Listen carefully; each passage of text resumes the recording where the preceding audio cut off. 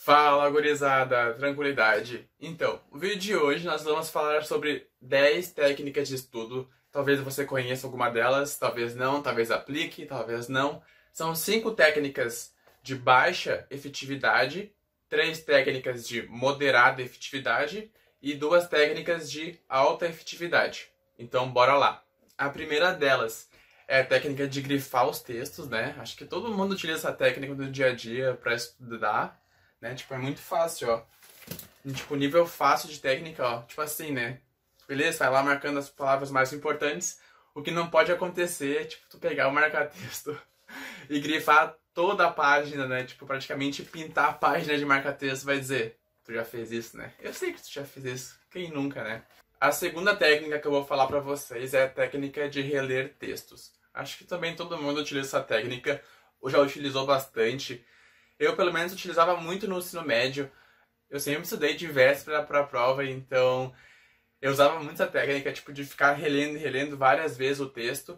É uma técnica, tipo, até que boa para quando tu precisa dessa memória a curto prazo, assim. Quando tu tá estudando de véspera para a prova e a prova no outro dia. Daí, beleza. Até pode se aplicar essa técnica, mas ela não tem, a longo prazo, uma boa efetividade. A terceira técnica de estudo são os mnemônicos. Eu acho que todo mundo, na época do cursinho, já utilizou de mnemônicos para decorar alguma fórmula ou algum macete específico. Mnemônicos, para quem não sabe, são aquelas frases que tu usa para decorar alguma coisa específica. Por exemplo, Hamilux G, vai dizer. Hamilux G, né? Raios... Não, peraí. Raios... Não, é raio... Puta merda, daí eu esqueci agora o que é. Hamilux G. Esqueci. Tá, não é tão útil assim, não. Tá, mas só tem o Hamilux G, tem o Deus vê tudo, que mole, que macete, tem o reficofage, eu acho que se não me engano é o reino, filo, classe, ordem, família, gênero, espécie. Tem o macho, que é o dos metal, ametal, carbono, hidrogênio e oxigênio, para ver a eletronegatividade. Tenho vários mnemônicos que eu já utilizei na época do cursinho e tal. Vale a pena alguns, tipo, alguns decorou, tipo, as fórmulas de física me ajudou bastante na época do vestibular, porque eu sou horrível em física. Então, super me ajudou a decorar as fórmulas, principalmente os Deus e tudo, vamos lamber ferida, de ondulatória. Enfim, tem vários. A quarta técnica de estudo é a visualização. Eu acho que essa não é muito utilizada, pelo menos pra mim não é. Que ela consiste basicamente em tu pegar um texto ali, tipo, tu focar pra ler aquele texto e tu tentar decorar ele, tentando imaginar alguma imagem na tua cabeça, enfim. Eu não utilizo, eu não sei se alguém utiliza aí, mas acho que essa é a menos utilizada dessas 10 técnicas que eu vou falar hoje. A quinta técnica de baixa efetividade é a técnica dos resumos. Eu sei que muita gente faz resumo, não me xinguem, não me julguem, mas essa técnica ela não é muito efetiva. Ela consiste basicamente, então, tipo, tu fazer um resumo de alguma matéria, né? O nome já diz por si só. Eu não considero ela muito boa, porque eu sinto que eu perco muito tempo fazendo um resumo, sei lá, tipo, horas e horas para fazer um resumo de um capítulo que eu levaria, sei lá, 10 minutos para ler ele, e tu demora tipo 1 hora, 2 horas para fazer um resumo bonitinho e colorido e faz desenho, enfim, tipo, é um jogo quem gosta de fazer. Tem gente que aprende só assim, então a técnica de estudo vai de pessoa para pessoa. Eu não gosto muito porque eu acho que perde muito tempo, que eu podia estar fazendo várias outras coisas, fazendo exercício, por exemplo, ao invés de estar ali fazendo um resuminho, mas vai de cada um. Agora entramos no conjunto de técnicas com moderada efetividade. A sexta técnica, então, ela consiste na interrogação. À medida que tu vai lendo um texto, tu vai fazendo perguntas, tipo, por que isso acontece? Ou como isso acontece? E isso vai fazendo que tu busque fazer mais correlações entre a matéria. Talvez seja necessário tu pesquisar em outras fontes de conteúdo e tal, o porquê aquela ali acontece. E dessa forma vai gerando mais conexões no teu cérebro e fixando mais a matéria, tipo, vai fazendo que tu aprenda mais, sabe? A sétima técnica de estudo é autoexplicativa. Essa técnica, ela consiste basicamente em tu ler um texto, ou ler um resumo, enfim, e depois no final tu tentar te explicar tudo que tu leu em menos palavras possíveis.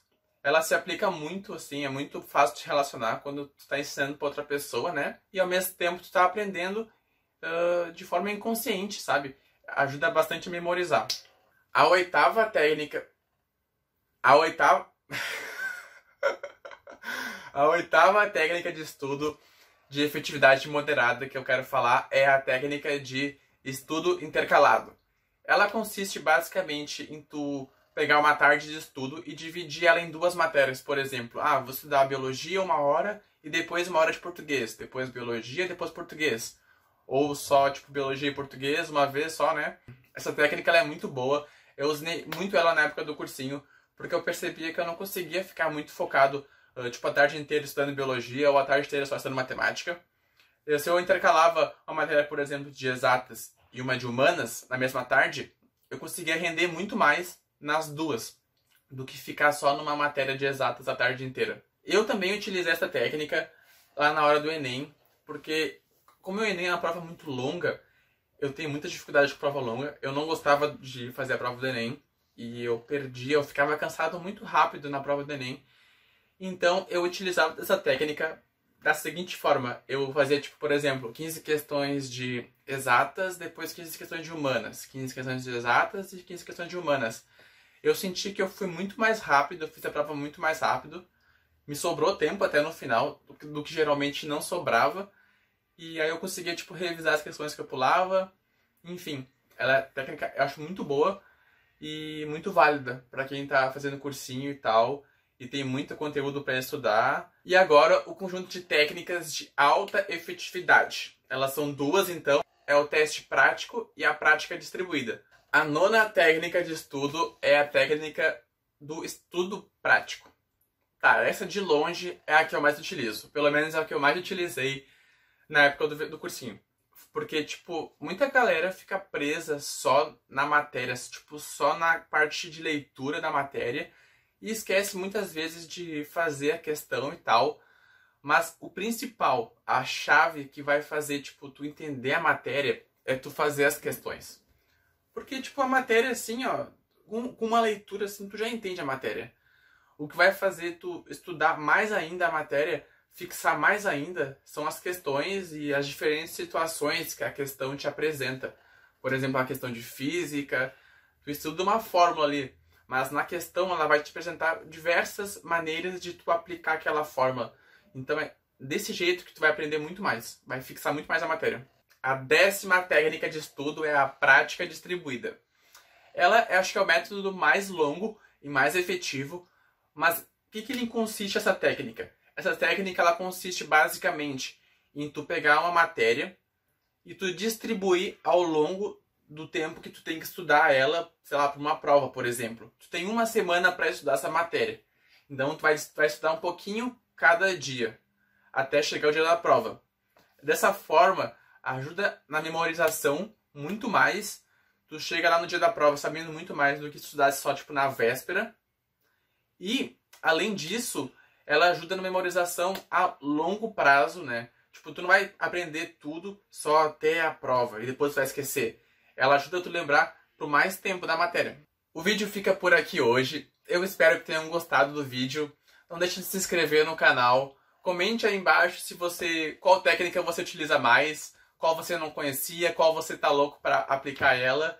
E deixa o like, se inscreva no canal e até a próxima.